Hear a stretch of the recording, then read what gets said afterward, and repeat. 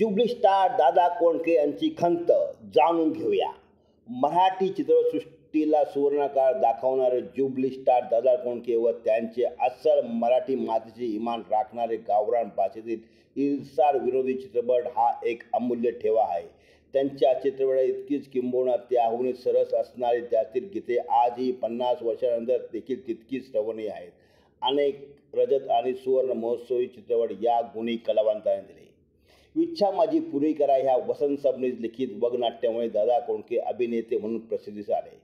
1969 साली भालजी पेंढारकरच्या तांबडी माती चित्रपटाद्वारे त्याने चित्रपटसृष्टीला पाऊल ठेवले. सोंगाड्या, एकराजी, सदाशिव, आंध्रा, मारतो डोळा, पांडू हवलदार, तुमचं आमचं जमलं, राम राम गंगाराम, बोट लावी तिथं गुदगुल्या, ह्योच नवरा पाहिजे, आली अंगावर मुका घ्या मुका, मला घेऊन चला, पळवा पळवी, सासरचे उत्तर हे त्यांचे विशेष गाजले चित्रपट होते. दादांचे पितासमान गुरु भालजी पेंढारकर यांचा तांबडी माती हा त्यांचा पहिला चित्रपट. ह्या चित्रपटानंतर दादाने कधीच मागे वळून बघितले नाही. सोंगाड्या ही दादांची पहिली निर्मिती. हा चित्रपट खूप गाजला व त्यांच्या जीवनातील मैलाचा दगड ठरला. दादांनी मराठीत एकूण 16 चित्रपटाची निर्मिती केली. विशेष म्हणजे सर्व चित्रपट रौप्य विषयी ठरले. या विक्रमामुळे त्यांच्या नावाची गिनीज बुकामध्ये नोंद झाली. त्यांनी हिंदीशिवाय 4 चित्रपटाची निर्मिती केली. उषा चव्हाण ही त्यांची आवडती तारका असल्यामुळे अनेक चित्रपटात तीच नायिका म्हणून पाहावयास मिळते.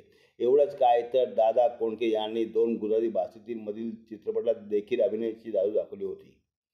आयुष्याच्या शेवटी आपल्यासोबत आपले कोणीही नाही याची मात्र खंत दादांना होतीच. त्यामुळे दादांनी एकटा जीव ह्या चरित्रात लिहिले आहे की पुढच्या जन्मी मला पैसा, यश, प्रसिद्धी काही दिलं नाही तरी चालेल, पण एकटी पण देऊ नये. माझी म्हणता येईल अशी 4 माणसं द्यावी हीच माझी ईश्वरचरणी प्रार्थना आहे.